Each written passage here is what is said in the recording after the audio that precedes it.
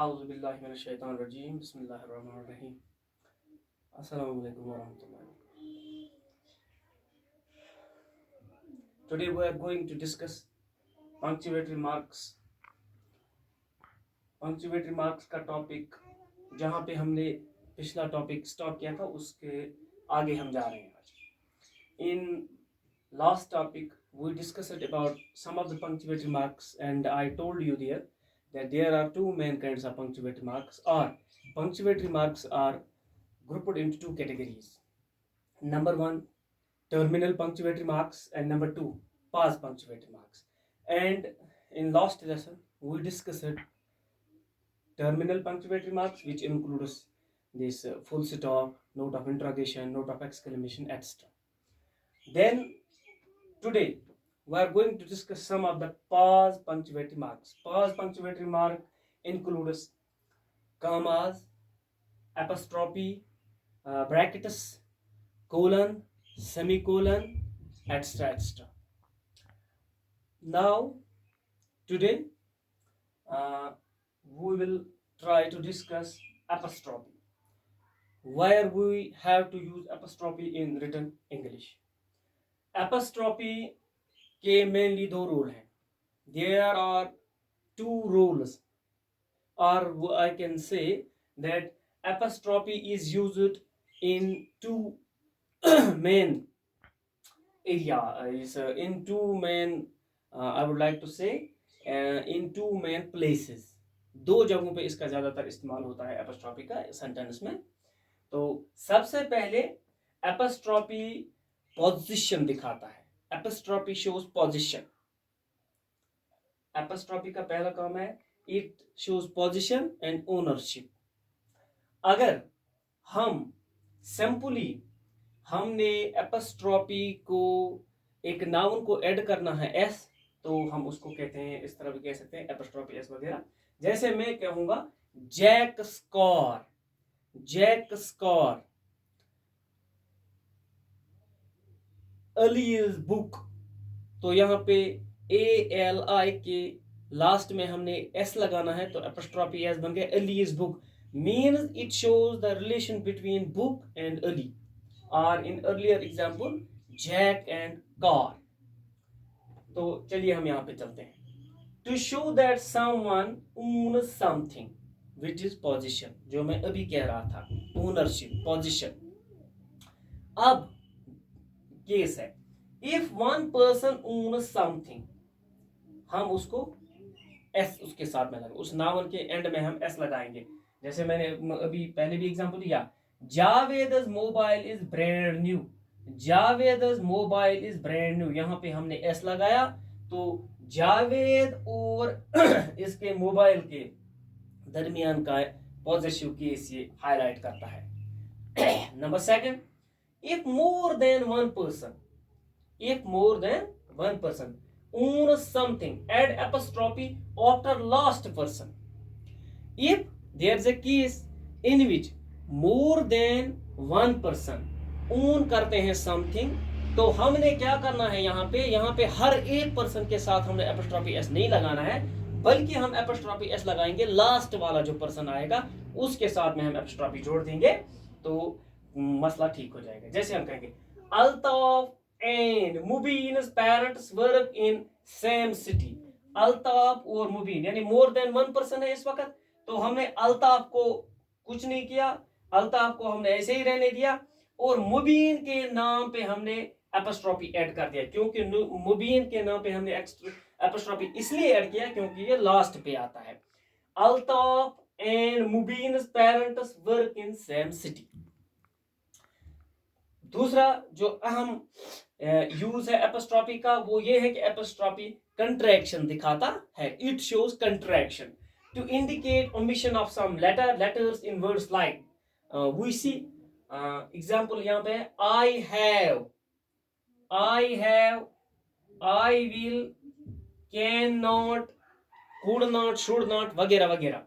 तो यहाँ पे अब हमने देखे कि there are two important functions of apostrophe in English. Number one, it shows position and ownership. Number two, it shows contraction. अब हम चलेंगे अपने दूसरे पंक्चुएटरी मार्क पे, जिसको हम कहते हैं ब्रैकेट्स। ब्रैकेट्स इस तरह से, साइन ब्रैकेट्स का ये है, this is the sign of the brackets. Here हम देखते हैं, ये है ब्रैकेट्स। ब्रैकेट्स का सिंपल सा इस्तेमाल है whenever we have to add some extra information. हमने जब कोई एक्स्ट्रा इंफॉर्मेशन कहीं पे ऐड करनी हो, then we enclose that extra information usually in brackets. हम उसको ब्रैकेट में क्या कहते हैं, इंक्लूड करते हैं। Suppose I will tell you an example here, the first world war, the first world war 1914 और यहाँ से 1914 से 1918 तक, ये हमने यहाँ पे एक्स्ट्रा इंफॉर्मेशन ऐड की और इसको हमने ब्रैकेट में इंक्लूड किया। Took millions of lives. Another example is here, I am working in this school. यहां से यहां तक हमने डेट यहां पे ऐड की है, यहां से यहां तक 2006 to 2020, which is very unfortunate. मतलब ये है कि ब्रैकेट्स का इस्तेमाल हम वहां पे करेंगे, we have to use brackets in such places where whenever we are going to add some extra information to the already existing this जो हम कोई बात करें, कोई स्टेटमेंट दे रहे हैं, कुछ भी जो हम करें उस सेंटेंस में, उसको हम एड अप कर रहे हैं कोई इंफॉर्मेशन, वहां पे हमने ब्रैकेट्स करने हैं इस्तेमाल और इंक्लूड करना है उनको ब्रैकेट्स में। चलिए हम अब अपने अगले पर चलते हैं, अगले जिस क्या कहते हैं पंक्चुएटरी मार्क पे, that is colon. That is colon. Colon is indicated by this symbol, two dots up and down। यह है कॉलन। कॉलन को हम इस्तेमाल करते हैं आमतौर पर to introduce a list. If we have to introduce a list somewhere, हमने कहीं पे लिखने में लिखते हैं हम कहीं पे, तो हमने वहां पे कोई लिस्ट इंट्रोड्यूस करनी है, तो whenever we are going to introduce a list we use their common। suppose main rivers of our J&K are, main rivers of our J&K, हमारे जम्मू कश्मीर के खास दरिया ये है। Here comes the list now, this is Jhelum, Chenab and Tawi. Jhelum, Chenab and Tawi, these are the name of the rivers, that means this is the list। Number second, my favorite players are, मेरे favourite player है। now I have to write down the list, so I will draw here, मैं यहाँ पे colon लगाऊंगा बाद में का, Babar, Kumar Sangakkara, Alastair Cook, Wasim, extra extra extra. तो इस तरह से जब भी हमने कोई लिस्ट ये क्या कहते हैं लिस्ट इंट्रोड्यूस करनी हो, तो वहां पे हमने कॉलन का इस्तेमाल करना है। और एक और अहम बात, कॉलन्स में sometimes introduce a comment. Colons में also be used sometimes to introduce a comment या explanation, same as that of dash. ठीक उसी तरह जिस तरह डैश को हम इस्तेमाल करते हैं। I like work, I like work, यहां पे हमने कौन लगाया, it satisfies me, it satisfies me, this is explanation और this is explanation, यहां पे हमने ये लगाया। और दूसरी एग्जांपल है, we must keep indoors because this is the concern nowadays going on due to COVID-19, we must keep indoors, हमें घर के अंदर रहना चाहिए, to save whole community in this time of crisis, so that we can save whole community in this time of crisis through which we are going today। whole we are not going, but I can say whole world is going today through this crisis। तो ellipsis अब अगला है, ellipsis। ellipsis is set of three dots, तीन नुक्ते लगाते हैं हम, तीन नुक्तों का हम इस्तेमाल करते हैं एज ए पंक्चुएटरी मार्क। तो इसको हम इंडिकेट करते हैं, यूजुअली इंडिकेट ओमिशन और to remove material which is less relevant, which is less relevant, so that we may go straight to the point, straight to the point। suppose example है, many of us want to meet their relatives to nowadays, many of us want to visit our relatives, but because of तो यहां पे हमने लगाए हैं ellipse।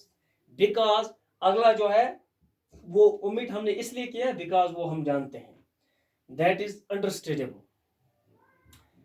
या ABC ellipsis हमने लगाए। फिर आगे क्या है, ये तो हमें पता ही है, ये जरूरी नहीं है, this is less relevant because we know what comes next. एक और इस्तेमाल है इसका, can also express change of mood या suspense. These can also be used to express change of mood or suspense. You should know what will happen if you go there. You should know what is going to happen you if you go there. आगे हमने लगाए हैं ये, it means यहां पे ये वाला मसला आता है, सस्पेंस वगैरह बाकी चीजें। तो now I would like to move to the next step, that is slash. Slash को हम रिप्रेजेंट करते हैं या इसका सिंबल इस तरह से है। तो ये आमतौर पर बिल्कुल इजी इसका इस्तेमाल है। ये अल्टरनेटिव जब हमने कहीं पे लिख रहे हैं अंग्रेजी, तो अल्टरनेटिव्स हूँ, क्या कहते हैं, फ्रैक्शंस हूँ या रेशियोज हूँ। Support I would like to tell, हम कहीं पे कोई कुछ लिख रहे हैं, हम कहते हैं मिस्टर फलाना इज डायरेक्टेड, फिर हम लगाते हैं स्लैश रिक्वेस्टेड। ऐसी सूरतों में या फ्रैक्शंस लिखने हो या रेशियोज लिखने हो या बाकी चीजें लिखने हो, इन सिचुएशंस में हम स्लैश का इस्तेमाल करते हैं। तो यहाँ पे हाँ, इसके अलावा आगे जो है सेमी कॉलन है। अब हम सेमी कॉलन का इस्तेमाल देखेंगे, सेमी कॉलन कहाँ पे इस्तेमाल होता है।